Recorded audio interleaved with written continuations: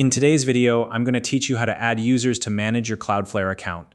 Whether you're working with a team of developers, administrators, or stakeholders, granting access to the right people can be an essential part of managing your Cloudflare setup effectively. By the end of this video, you'll know how to invite users, assign roles, and configure their permissions, ensuring seamless collaboration while maintaining control over your account. Let's get started. First, you'll want to log into your Cloudflare dashboard.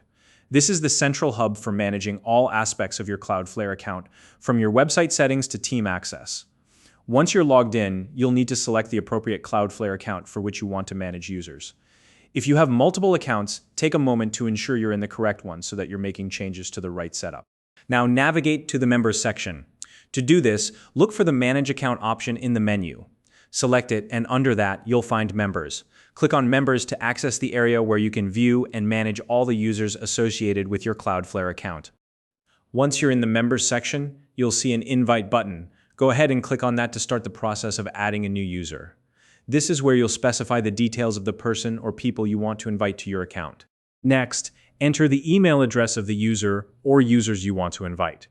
If you're adding multiple users at once, you can simply separate their email addresses with commas. This makes it quick and easy to send invitations to multiple people in one step.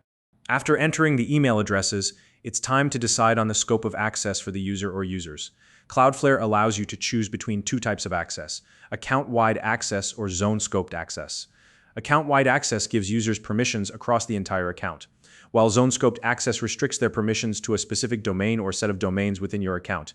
Consider carefully which level of access is appropriate for the user based on their role and responsibilities.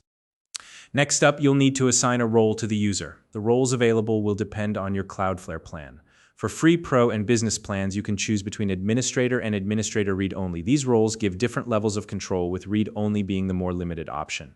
If you're on an enterprise plan, you'll have additional roles to choose from, such as DNS, firewall, cache purge, workers, billing, and others. These more granular roles allow you to fine-tune a user's permissions based on their specific responsibilities. Before finalizing the invitation, take a moment to review all the settings.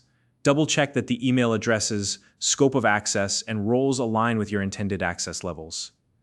This is a critical step to ensure you're granting the right permissions to the right people. When you're sure everything looks good, click on the Invite button to send the invitation.